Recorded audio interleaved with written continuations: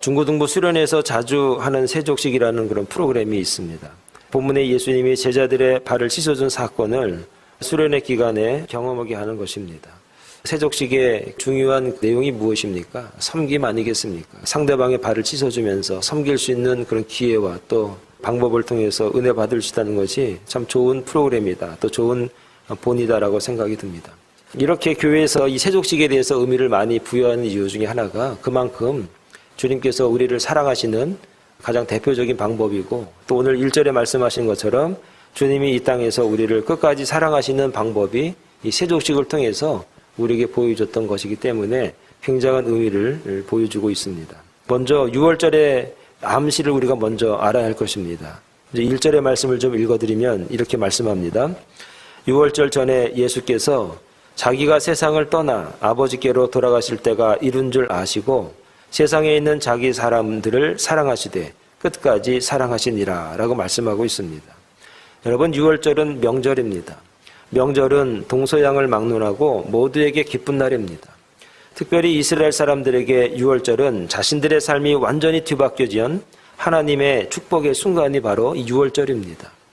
노예의 삶에서 해방되었고 새로운 비전을 꿈꾸기 시작한 날이 6월절입니다. 그래서 이 6월절은 이스라엘 백성에게는 8.15 광복절과 같은 새로운 시대가 열렸던 그런 순간이 6월절입니다.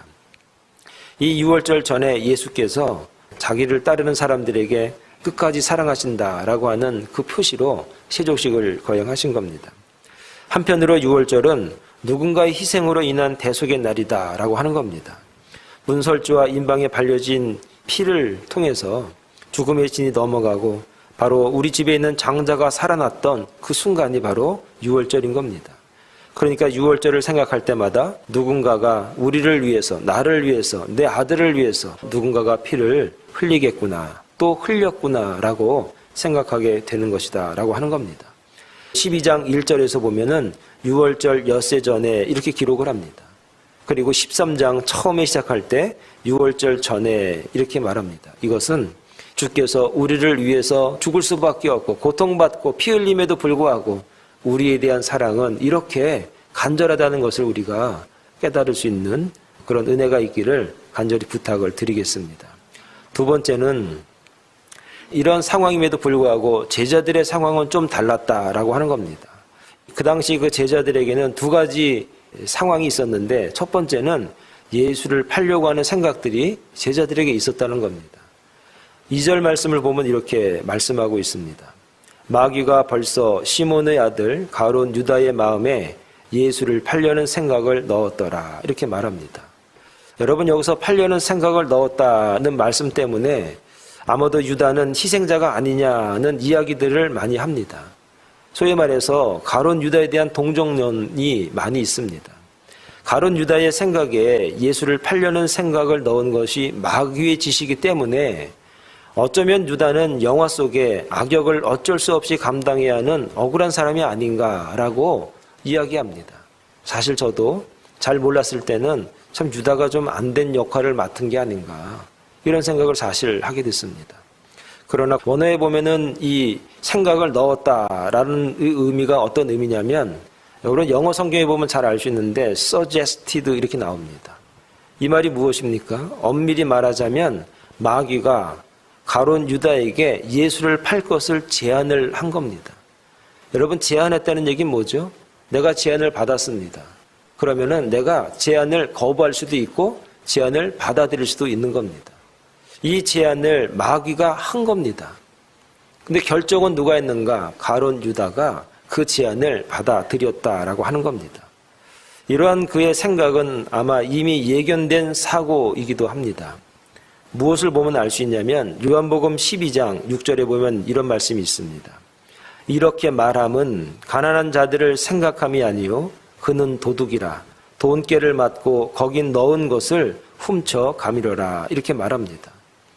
요한복음 12장에 어떤 사건이 있냐면 그 나사로가 죽은 지 나흘 만에 살아났습니다. 감격하고 기뻤습니다. 그래서 예수님을 초대했습니다. 잔치를 벌였습니다.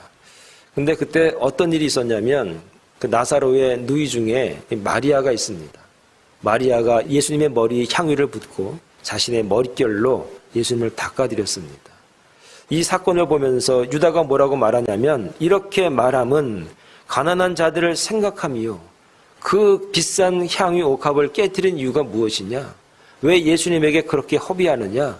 가난한 자들을 나눠주면 얼마나 좋겠느냐? 이런 얘기를 하는 겁니다. 그런데 그는 어떤 사람이었는가? 그는 도둑이라. 돈꾀를 맞고 거기 넣은 것을 훔쳐감 이러라. 그는 제자들의 돈꾀, 즉 공금을 늘 횡령한 사람이라고 성경에서 말하고 있습니다. 제자들의 모든 돈을 자신의 돈으로 여긴 것입니다. 굉장히 편하게 생각하는 겁니다. 그는 도둑이라고 아마 본인이 생각도 못했을 겁니다. 은행에 있는 모든 돈이 내 돈이고 나라에 있는 모든 돈이 내 재산이고 교회에 있는 모든 돈이 내 돈이다 라고 편하게 생각하는 사람들이 있습니다. 이것이 바로 가룟 유다가 생각하고 있었던 그런 마인드였다라고 하는 겁니다. 결국 그는 제자들의 돈꾀, 즉 공금을 횡령한 사람입니다. 그리고 그것으로 인해서 그는 도둑이 되었고 늘 마귀의 제안에 그는 받아들였던 사람이다라고 하는 겁니다. 이러한 유다에 대해서 예수님이 모르고 계셨을까? 그리고 오늘 밤이 지나면 그가 예수 그리스도를 팔아버리겠다고 하는 것을 주님이 모르고 계셨을까? 이런 유다에게 주님은 그를 사랑하시되 끝까지 사랑하시는 장면들이 말씀을 통해서 오늘 우리에게 주어집니다. 10절 말씀을 제가 좀 읽어드리면 이렇습니다. 예수께서 이르시되 이미 목욕한 자는 발밖에 씻을 필요가 없느니라. 온몸이 깨끗하니라. 너희가 깨끗하니 다는 아니니라 하시니. 이게 누구에게 한 말입니까? 베드로가 전을 못 닦으십니다. 저같이 더러운 사람을 못 닦으십니다. 아니다. 내가 너와 닦아줘야만 상관이 있다. 그러면 머리도 닦아주시고 제 몸도 좀 닦아주시기 바랍니다. 아니야. 발밖에 씻을 필요가 없느니라. 온몸이 깨끗하니라. 너희가 깨끗하나 다는 아니다. 베드로에게 한 말입니까? 아니면 제자들에게 한 말입니까? 아니면 유다에게 한 말입니까? 예수님은 10절의 이 말씀을 통해서 유다를 향해서 계속적으로 지속적으로 기회를 주시고 배려하는 모습을 우리가 보게 됩니다. 예수님은 유다를 사랑하시되 끝까지 사랑하셨습니다. 21절의 말씀에도 예수께서 이 말씀을 하시고 심령이 괴로워 증언하여 이르시되 내가 진실로 진실로 너희에게 이르노니 너희 중 하나가 나를 팔리라 하시니. 예수님은 유다를 바라보시면서 괴로웠습니다. 자기가 당할 고통, 자기가 질 십자가 때문에 괴로운 것이 아니라 자기를 팔아버릴 유다 때문에, 그리고 그 유다가 자기를 팔아버릴 것 같기 때문에, 그 영혼 때문에 예수님은 괴로웠던 것입니다. 기회를 주시고 또 말씀하십니다. 26절에 보면 예수께서 대답하시되 내가 떡 한 조각을 적셔서 주는 자가 그니라 하시고 곧 한 조각을 적셔서 시몬의 아들 유다에게 주시니. 유다에게 줬습니다. 주님께서는 매 순간마다 말씀하실 때마다 유다를 향해서 기회를 주시고 그가 돌아오기를, 그가 다시 제자의 삶을 살아가기를 바란 마음이 있었다는 것을 오늘 우리에게 증거하고 있습니다. 사랑하는 여러분, 오늘 우리가 이 땅에 살면서 예수님의 삶을 산다고 하지만 세상의 삶을 살 때가 얼마나 많이 있습니까?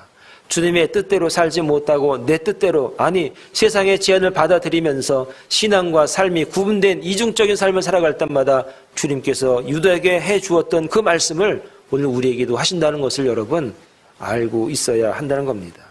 그리고 마지막으로 주님이 그에게 기회를 주십니다. 30절에 이렇게 말씀하십니다. 유다가 그 조각을 받고 곧 나가니 밤이니라.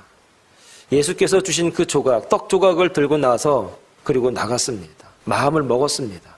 예수님을 팔기로. 문 밖에 나가봤더니 깜깜한 밤이었습니다.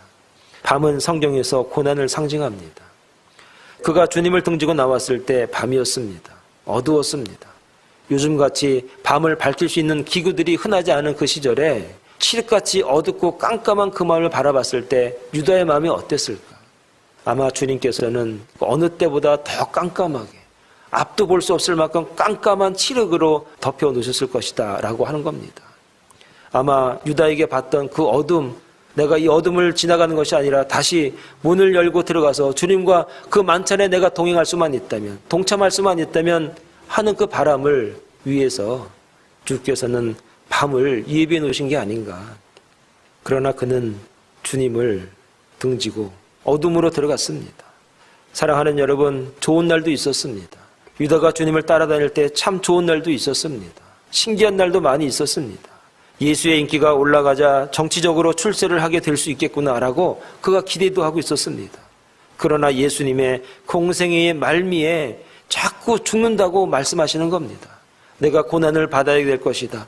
내가 죽어야 될 것이다. 누군가가 어린 양이 되어야 될 것이다 라고 계속 말씀을 하시는 겁니다. 그래서 그는 마음 먹었습니다. 그는 은 30이면 그동안의 노고에 대한 값은 되지 않겠나 싶었던 것 같습니다. 그러나 그것이 그의 영혼에 대한 대가였다는 것을 그는 알지 못했다라고 하는 것입니다. 사랑하는 여러분, 오늘 저와 여러분들에게도 우리에게 계속적으로 주님이 은혜를 주시고 기회를 주시고 말씀으로 깨닫게 하신다는 사실을 여러분 아실 수 있길 바랍니다. 세상과 사탄의 요구에 그들의 제안에 타협하는 저와 여러분들이 아니라 거부하고 주님과 함께 그 만찬에 함께 할 수 있는 그런 은혜가 우리 가운데 늘 함께 할 수 있기를 간절히 축원을 드리겠습니다. 또 하나의 제자들의 상황은 무엇이냐면 누가 크냐고 그들이 싸우고 있었습니다. 특별히 누가복음 22장 24절 말씀을 좀 읽어드리면 또 그들 사이에 그 중 누가 크냐 하는 다툼이 난지라. 여기서 다툼이 났다는 것은 생각보다 심각한 상황이다라고 하는 겁니다. 누가 그 가운데 있었는가? 예수님이 그 가운데 있음에도 불구하고 제자들이 누가 크냐? 누가 먼저 됐느냐? 누가 위대하냐? 뭐 그런 얘기들을 막 하는데 고성이 오고 가고 소리가 솟아납니다. 누가복음 22장 26절부터 27절의 말씀을 쭉 읽어보면 그 상황이 이제 정리가 되는데 이렇게 말씀이 있습니다. 너희는 그렇지 않을지니 너희 중에 큰 자는 젊은 자와 같고 다스리는 자는 섬기는 자와 같을지니라. 앉아서 먹는 자가 크냐 섬기는 자가 크냐? 앉아서 먹는 자가 아니냐? 그러나 나는 섬기는 자로 너희 중에 있노라. 이렇게 말씀을 하십니다. 여러분, 누가복음 22장 27절을 읽고 요한복음 13장 4절을 읽으면 예수님이 제자들의 발을 씻기시는 장면이 이해가 잘 됩니다. 저녁 잡수시던 자리에서 일어나 겉옷을 벗고 수건을 가져다가 허리에 두르시고 이에 대야에 물을 떠서 제자들의 발을 씻으시고 그 두르신 수건으로 닦기를 시작하여 이렇게 말씀합니다. 여러분, 당시 팔레스타인 지방에서는 날씨가 건조하고 바람이 많이 불고 먼지가 많이 납니다. 더군다나 사람들은 대개 샌들을 신고 다니거나 그것도 있는 사람들이 샌들 신고 다니는 것이지 대부분 웬만한 사람들은 맨발로 다녔습니다. 따라서 외출을 하고 돌아오면 발에 먼지를 씻지 않으면 위생상에도 큰 문제가 있습니다. 이것은 그들의 오랜 생활 방식이기 때문에 바깥에 나갔다 들어오면 손발을 잘 씻습니다. 그러므로 이런 생활의 방식이 있었기 때문에 만찬에서는 자리에서 주인이 종으로 하여금 손님의 신을 벗기고 발을 씻어주도록 하는 것이 일반적인 관리였습니다. 본문에서 제자들과 예수님이 외출을 했다가 막 만찬의 장소에 들어와서 자리를 앉았습니다. 그런데 그 장소에는 종이 따로 없었던 것입니다. 그렇다고 제자들 가운데서 이 일을 자청해서 하는 사람도 없습니다. 왜냐하면 손님의 발을 씻기는 것은 유대 사회에서 종들 가운데서도 가장 저급한 종, 가장 천한 일을 하는 종들이 하는 일입니다. 제자들 가운데 누가 크냐는 다툼이 일어난 겁니다. 이 다툼은 내가 큰 자이니 내가 내 발을 씻겨라 하는 겁니다. 내가 먼저 됐으니 내가 수제자니 네가 얼마 되지 않았으니 네가 당연히 발들을 씻기는 게 당연한 게 아니냐. 이것 때문에 고성이 나고 소리가 나고 다툼이 일어나게 된 겁니다. 누가 크냐? 누가 크냐? 이것이 바로 그들의 상황이었다라고 하는 겁니다. 이 설명을 듣고 난 다음에 누가복음 22장 26절부터 요한복음 13장 4절을 한번 연결해서 읽어보면은 왜 예수님께서 옷을 벗고 수건을 두르시고 제자들의 발을 씻기셨는지 이해가 되는 겁니다. 다시 한번 읽어봅니다. 누가복음 22장 26절입니다. 너희는 그렇지 않을지니 너희 중에 큰 자는 젊은 자와 같고 다스리는 자는 섬기는 자와 같을지니라. 앉아서 먹는 자가 크냐 섬기는 자가 크냐? 앉아서 먹는 자가 아니냐? 그러나 나는 섬기는 자로 너희 중에 있노라. 요한복음 13장 4절에 저녁 잡수시던 자리에서 일어나 겉옷을 벗고 수건을 가져다가 허리에 두르시고 이에 대하여 물을 떠서 제자들의 발을 씻으시고 그 두르신 수건으로 닦기를 시작하여 그랬습니다. 사랑하는 여러분, 우리 중에 누가 큰 자입니까? 우리 중에 누가 발을 씻겨야 하는 것입니까? 가장 크신 예수 그리스도께서 본인께서 자신들의 제자들의 발을 씻기십니다. 씻김을 당하실 예수님께서 스스로 자기의 옷을 벗고 허리에 수건을 두르시고 제자들의 발을 씻기십니다. 사랑하는 여러분, 오늘 우리가 주님 앞에 쓰임받는다는 것이 무엇입니까? 주님께서는 누가 크냐? 어떤 사람이 큰 사람이냐? 진짜 큰 사람이 뭘 해야 되는 것이냐? 하시면서 본인이 제자들의 발을 씻기십니다. 세족식은 이렇게 해서 시작이 된 것입니다. 그래서 세족식을 향하면서 주님의 헌신이나 주님의 섬김을 우리가 생각해야 되지만 한편으로는 서로 미루고 서로 하기 싫어서 서로 떠밀었던 그 제자들의 모습을 우리가 같이 생각할 수 있어야 한다 하는 것입니다. 우리가 하나가 되었습니다. 주님 때문에. 주님 때문에 구원받았습니다. 그런데 구원받은 종들도 제자들도 하기 싫은 건 하기 싫다 이 말입니다. 짜증나는 일은 하기 싫더라 그 말입니다. 그런데 주님께서 그 일을 하신 겁니다. 오늘 저와 여러분들 가운데 신앙생활하면서 참 귀찮고 하기 싫은 거 많습니다. 주님은 스스로 종이 되어서 발을 씻겨 주셨습니다. 오늘 저와 여러분들도 스스로 종이 되어서 발을 씻길 줄 아는 그런 은혜가 우리 가운데 있기를 간절히 축원합니다. 마지막으로 예수님의 사랑입니다. 요한복음 13장 4절에 보면 저녁 잡수시던 자리에서 일어나 겉옷을 벗고 수건을 가져다가 허리에 두르시고 그리고 7절의 말씀을 제가 읽어드리겠습니다. 예수께서 대답하여 이르시되 내가 하는 것을 내가 지금은 알지 못하나 이후에는 알리라 그랬습니다. 여러분 본문 4절에서 예수님에 대한 암시를 주는 단어가 3개 정도가 나옵니다. 첫째는 일어나라는 단어입니다. 그리고 두 번째는 벗고라는 단어고 세 번째는 가져다가라고 하는 동사입니다.